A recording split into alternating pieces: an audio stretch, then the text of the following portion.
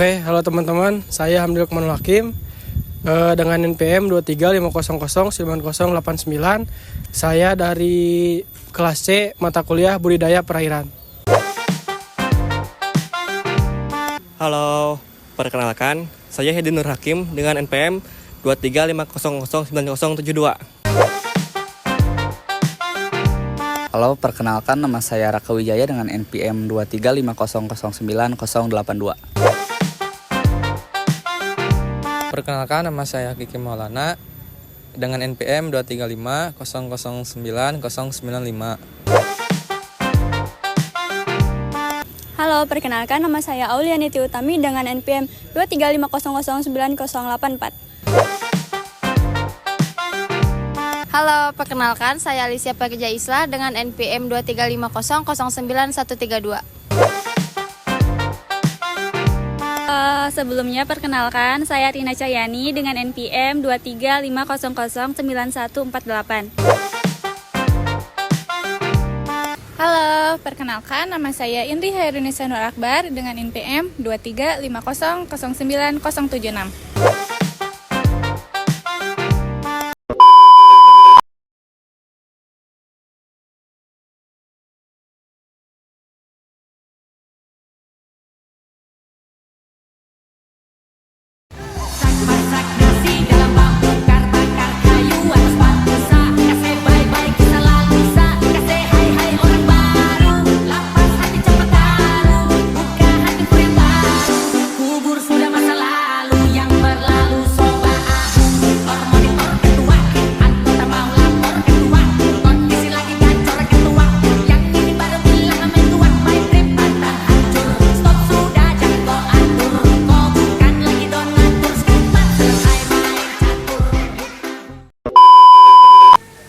Halo guys, perkenalkan nama saya Raka Wijaya. Jadi hari ini kelompok kita sedang melakukan wawancara di tempat budidaya ikan, tepatnya di Lauk ID Fish Farm.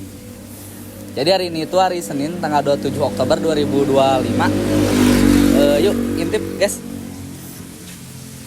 Terlihat di sini ada tempat budidayanya ya. Ini kolam nomor 5. Kolamnya terlihat cukup baik.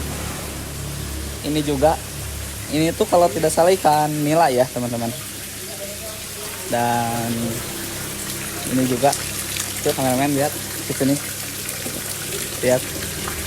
Kalau yang ini masih kecil-kecil ya. Yuk ke dalam, ke dalam. Sekarang kita lihat ke kolam ikan yang ada di belakang. Yuk.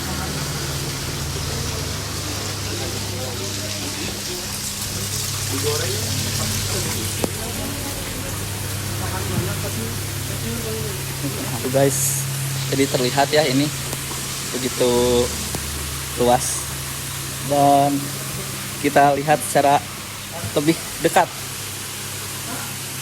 Kameramen.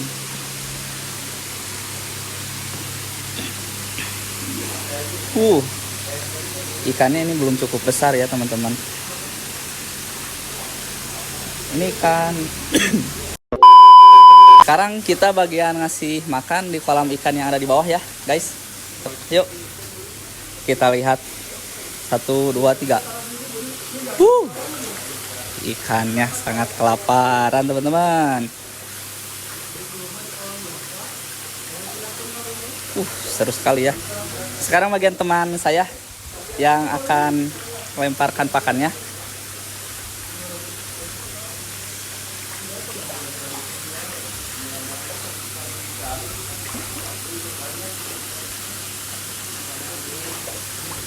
Ikannya sangat senang ya. Yuk sekarang kita kembali lagi.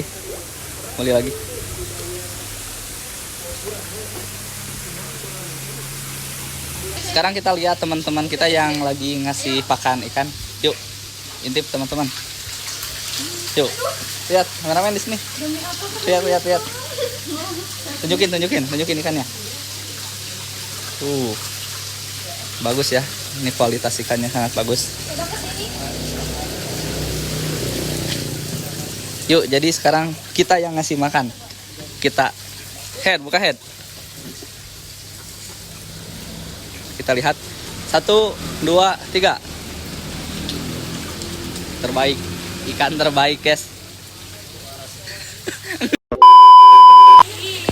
Yuk guys, jadi kita sekarang waktunya melakukan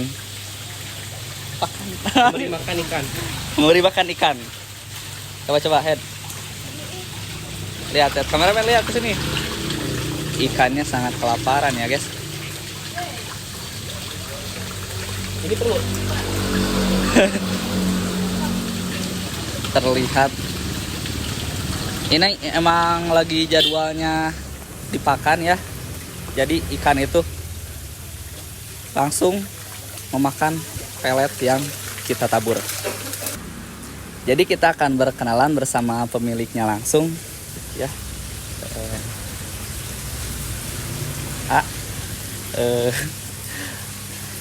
Kalau boleh tahu ini dengan namanya siapa? Ilham. Irham. Ini nama jenis usahanya apa? Budidaya ikan nila Budidaya ikan nila. Berdirinya dari tahun? baru berjalan Januari November 2023. Oh, budidayanya cuma ikan nila. Iya. Oh, ikan nila aja. Oke guys, alhamdulillah jadi kita sekarang berada di penghujung acara dan kita sekarang mau berpamitan kepada pemiliknya. Yuk.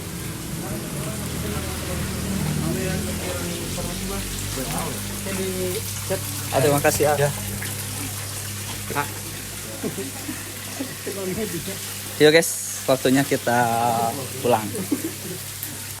Nah, jadi sekarang saya dan teman-teman saya sudah berada kembali di kampus dan sekarang saya akan menguraikan hasil wawancara tadi secara singkat. Untuk poin pertama yaitu pembenihan. Pelaku budidaya memilih indukan yang bagus dilihat dari usia ikan yang harus pasti dan disortir pada usia 7 bulan. Dan untuk bobot jantan minimal 500 gram dan untuk betina minimal 400 gram. Untuk proses pemijahannya sendiri yaitu dilakukan dengan rasio 3 jantan berbanding 1 betina. Dan dalam 15 hari larva mulai muncul dan induk dipisahkan kembali agar larva aman. Untuk merawat larva tersebut, kolam diberikan pupuk seperti urea, NPK, dan pupuk lainnya agar airnya hijau. Kemudian larva dipelihara selama 14 hari dengan pakan alami seperti jentik nyamuk. Lalu poin kedua ada pendederan. Pendederan 3 bulan dengan target 250 gram per ekor. Untuk pendederan selama 3 bulan bertujuan untuk mencapai bobot sekitar 250 gram per ekor. Namun, hal ini bergantung pada kondisi lingkungan, terutama cuaca, suhu, dan kualitas air yang buruk akibat cuaca ekstrim. Misalnya, hujan terus-menerus dapat memperlambat pertumbuhan ikan karena metabolisme mereka menurun. Walaupun hujan, ikan tetap nafsu makan, yang dimana pelet diolah dan difermentasi protein 28% dengan warna coklat terang. Jadi, meskipun kondisi cuaca hujan sering menurunkan nafsu makan ikan, untuk budidaya dalam bioblok ini, bahkan telah diolah dan difermentasi menggunakan EM4 dan juga menggunakan molase sebagai mikroorganismenya untuk menghasilkan pakan yang lebih mudah dicerna, menambah aroma dan rasa yang disukai ikan, serta meningkatkan nilai nutrisinya. Untuk kandungan protein 28% termasuk dalam kategori optimal untuk fase pendederan karena mendukung pertumbuhan otot dan jaringan. Selanjutnya, poin ketiga yaitu SDM, SDA, dan pasar. Dalam proses budidaya tersebut hanya dibutuhkan 2 orang yang terlibat yaitu pemilik budidaya dan 1 orang pekerja.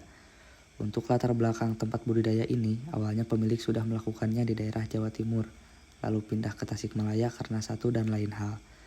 Untuk sumber air, pelaku budidaya mengambil air dari sungai, dan untuk kualitas airnya sendiri itu tergantung bagaimana kita mengelolanya. Cara pemilik mengakses pasar untuk menjual ikan tersebut yaitu dengan menggunakan media sosial seperti GoFood ikan bakar, dan juga ikan dijadikan dendeng untuk nilai tambah. Tapi kebanyakan yang terjual adalah lewat GoFood. Ada juga kendala yang dihadapi dalam pemasaran. Kendala pemasaran sering dihadapi yaitu kesulitan menjual hasil panen, terutama dalam kondisi pasar jenuh atau panen raya. Di tempat budidaya ikan ini, setelah ikan dipanen, selang 1-2 hari akan langsung dilakukan pembersihan kolam dan ikan untuk persiapan menebar benih baru. Selanjutnya untuk poin keempat, profitabilitas usaha. Untuk keuntungan usaha, meskipun penjualan dan keuntungan tergolong stabil, margin keuntungan tidak terlalu besar, tergantung harga jual di pasar. Dengan tantangan pembiayaan, selama 2 tahun terakhir, harga pakan stabil, namun harga jual ikan mudah turun hingga 25.000 per kilo ketika terjadi panen raya, sehingga untuk keuntungan bisa sangat kecil. Nah, apabila untuk dukungan pemerintah, usaha bioblok ini tuh ataupun budidaya ini tuh tidak dibantu langsung oleh pemerintah. Jadi usaha bioblok ini dijalankan secara sendiri.